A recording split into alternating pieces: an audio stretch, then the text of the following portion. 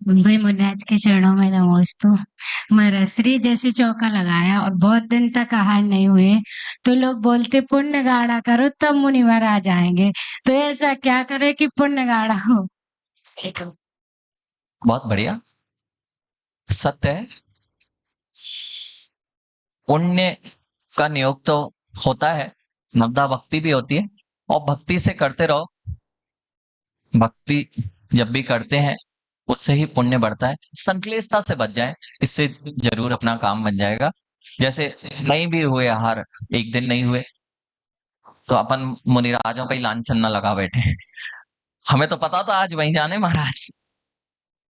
ये जो प्रवृत्ति है ये ही आपके पुण्य को घटा देती है ना? कि हम भी तो वही रखे थे। अरे रखे थे, तुम यही क्यों देखते हो कि महाराज तुम्हारे वो हाथ वाली चीज को देख रहे थे? तुम एक चीज रखे थे, मान लो कोई 2 कलश रखे थे, कोई 3 कलश रखे थे, उनके सामने एक जगह किसी ना किसी जगह जाके खड़े होना है। अब यदि मुनि महाराज ने नियम लिया था कि आज 10वें चौके में जो खड़ा होगा वहां खड़े हो जाएंगे, अब तुम रखे रहो, अब अपने हाथ में कुछ भी रखे रहो, अब 10वें नंबर का चौका जो होगा जहां वो खड़ा होगा। अब किसी ने नियम लिया था कि एक श्रीफल, आप लोग देखे कि एक श्रीफल वाले के पास खड़े हो गए महाराज जी, तो वहां तो बहुत सारे लोग श्रीफल लिए खड़े थे एक एक। लेकिन उनका नियम था कि जिस जगह पे 3 श्रीफल अलग अलग लोग हाथ में लिए खड़े हों, पूरे चौके में 3 दिख जाएं तो खड़े हो जाएंगे। अब आप एक का कॉम्बिनेशन देख रहे थे, कहीं भी महाराज जी जाके खड़े होंगे, अरे महाराज जी तो उनसे पड़ गए।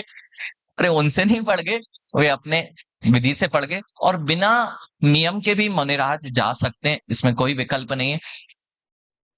और इसमें नियम से पुण्य का भी प्रताप होता है। और भक्ति, कई बार देखो हम लोग जीवन में अपने देखना, आपको पता चल जाता है आज कौन से महाराज जी आ रहे हैं, है ना?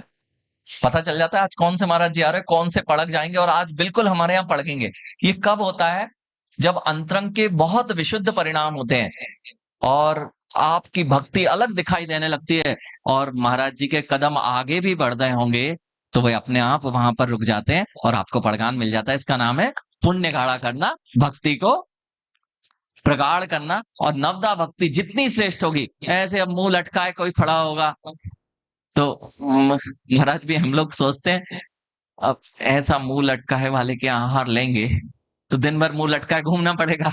तो मुंह लटकाए वाले के पास फिर सोचते हैं कि एक बार और देख लेते, कहीं और विधि तो नहीं मिल रही, तो आगे बढ़ जाए, फिर आके यहाँ पड़क जाएंगे भले। लेकिन अब वो बेचारा रो ही रहा है कि हमारे यहाँ हो ही नहीं रहे, तो फिर महाराज जी सोचते हैं अब क्या रोते गाते के साथ जाना। जिसके पास में श्रद्धा, तुष्टि, संतोष ये गुण होते हैं और जो प्रसन्न चित्त रहता है, ऐसों के यहाँ जल्दी आहार की संभावनाएं अधिक होती है। इसी का नाम है नवदा भक्ति को प्रगाढ़ करना और पुण्य की अपनी उस सत्ता को बढ़ाना, जिससे अपने यहाँ जल्दी आहार हो जाए।